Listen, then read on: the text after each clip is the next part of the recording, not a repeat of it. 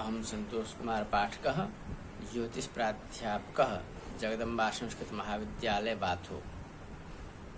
आज हम लोग होरा, दृष्टान और नवमांश इस बारे में पढ़ेंगे और समझेंगे। होरा कैसे निकाला जाता है, दृष्टान कैसे निकाला जाता है एवं नवमांश कैसे निकाला जाता है। रास्यर्धम होरा, तो रास्यर्धम होरा, राशि के आधा भाग को हम होरा कहते हैं, उसकी संज्ञा होरा है। तो राशि, एक राशि 30 अंश का होता है, तो उसका आधा 15 अंश हो गया। तो यहाँ पर अब कैसे होरा का ज्ञान होगा, यह किसके होरा में है, कौन से ग्रह किस होरा में है, इसके लिए हम स्पष्ट ग्रह निकाले हुए हैं। तो ओजे रविंदो सम इंदुरभ्योर, ओजे अर्थात विषम राशि में कोई ग्रह यदि रहे रास्यर्धम अर्थात 15 अंश तक, तो रवि, ओजे रविंदो, तो वह सूर्य के होरा में वह ग्रह होगा। और यदि 15 अंश के बाद यदि कोई ग्रह हो विषम राशि में, तो वह इंदु अर्थात चंद्रमा के होरा में होगा। उसी प्रकार सम इंदुरभ्योर, कोई ग्रह सम राशि में अर्थात वृष, कर्क, कन्या, वृश्चिक, मकर और मीन, ये 6 राशि जो है सो सम राशि हैं। इस 6 राशि में यदि कोई ग्रह रहेगा 15 अंश तक, तो वह सम इंदुरभ्यो, इंदु अर्थात चंद्रमा के होरा में उस ग्रह का वास होगा। और 15 अंश के बाद यदि कोई ग्रह होगा, तो वह सूर्य के होरा में होगा। जैसे यदि सूर्य सिंह राशि में, सिंह अर्थात जिसका स्पष्ट सूर्य 5, 10, 15, 20 5 राशि, तो 5 राशि का हो गया सिंह। तो सिंह बीत जाने के बाद कन्या राशि के 10 अंश 15 कला में यदि सूर्य बैठा हो, तो कन्या राशि क्या है, सम राशि है। तो सम इंदुरभ्योर, सम राशि के 15 अंश तक यह सो चंद्रमा के होरा में।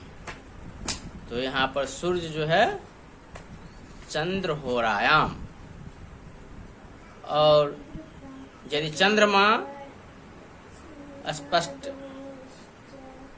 यदि धनु राशि के 22 अंश में हो, तो हम धनु राशि जो है सो विषम राशि, धनु राशि क्या है, विषम राशि।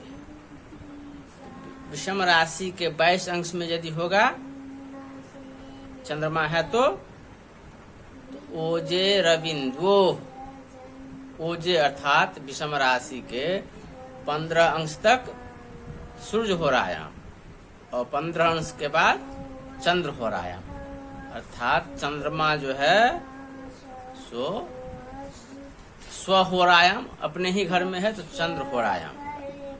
इसी प्रकार सभी ग्रहों का विचार करना चाहिए।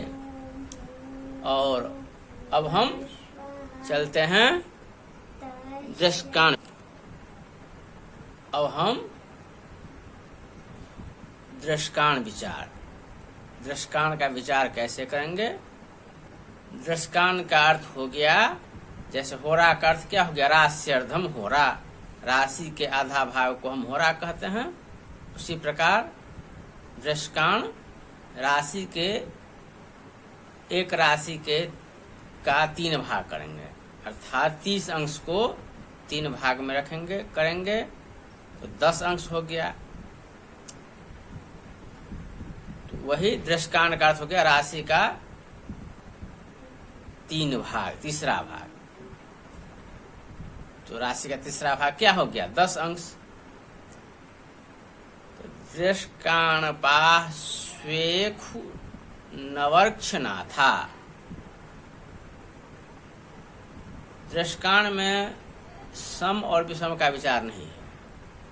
इसमें है यदि कोई ग्रह 10 अंश तक होगा तो वह स्वदृष्टांत, अर्थात अपने ही राशि के दृष्टांत में वह ग्रह होगा। और यदि 10 अंश के बाद 20 अंश तक होगा तो वह इखु, अर्थात अपने राशि से 5वें स्थान में का वह, उसका जो स्वामी उसके दृष्टांत में होगा। और यदि 20 अंश से के बाद कोई ग्रह स्थित होगा किसी राशि में, तो वह 9वें राशि के स्वामी से उसका गणना किया जाएगा। जैसे यहाँ पर हम स्पष्ट सूरज निकाले हुए हैं, 5 राशि है, 10 अंश है, 15 कला है और 20 विकला है। तो 5 का अर्थ हो गया, 5 सिंह राशि को बिता करके कन्या राशि के 10 अंश में, और 10 अंश को बिता के 15 कला, अर्थात कन्या राशि के दूसरे दृष्टांत।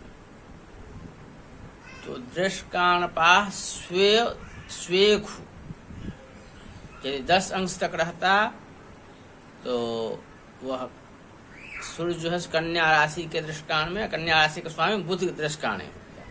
लेकिन यह 10 अंश को बिता करके 10 अंश 15 कला है, तो 10 अंश से ज्यादा हो गया तो इखु, अर्थात पंचम। पंचम क्या, कन्या राशि से पंचम राशि जो होगा उसके दृष्टांत, उसके दृष्टांत वो हो जाएंगे। जैसे कन्या से पंचम, तो कन्या, तुला, वृश्चिक, धनु, मकर, मकर राशि के दृष्टांत में। तो मकर राशि के स्वामी हैं शनि, शनि दृष्टांत है। उसी प्रकार हम चंद्रमा यदि हमको स्पष्ट मालूम है, जैसे कि 8 राशि है, 22 अंश है और 31 कला है। तो राशि 8 के स्थान 8 है तो 9वां राशि अर्थात धनु राशि के 22 अंश में। तो धनु राशि के 22 अंश में यदि 10 अंश तक रहता तो धनु राशि के जो स्वामी है उसी के दृष्टांत में, और 10 अंश से 20 अंश तक पंचम, अर्थात धनु से पंचम, और यह जो है यहाँ 20 अंश से भी ज्यादा है तो नवम, अर्थात धनु राशि से 9वां जो राशि होगा, धनु, मकर, कुंभ, मीन, मेष, वृष, मिथुन, कर्क, सिंह। सिंह राशि के स्वामी अर्थात सूर्य तो चंद्रमा का जो है सो दृष्टांश हो गया सूर्य। यहाँ पर हम सूर्य के दृष्टांत में चंद्रमा को लिखेंगे।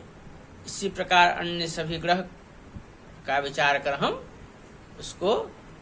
उसका दृष्टांत स्वामी समझेंगे।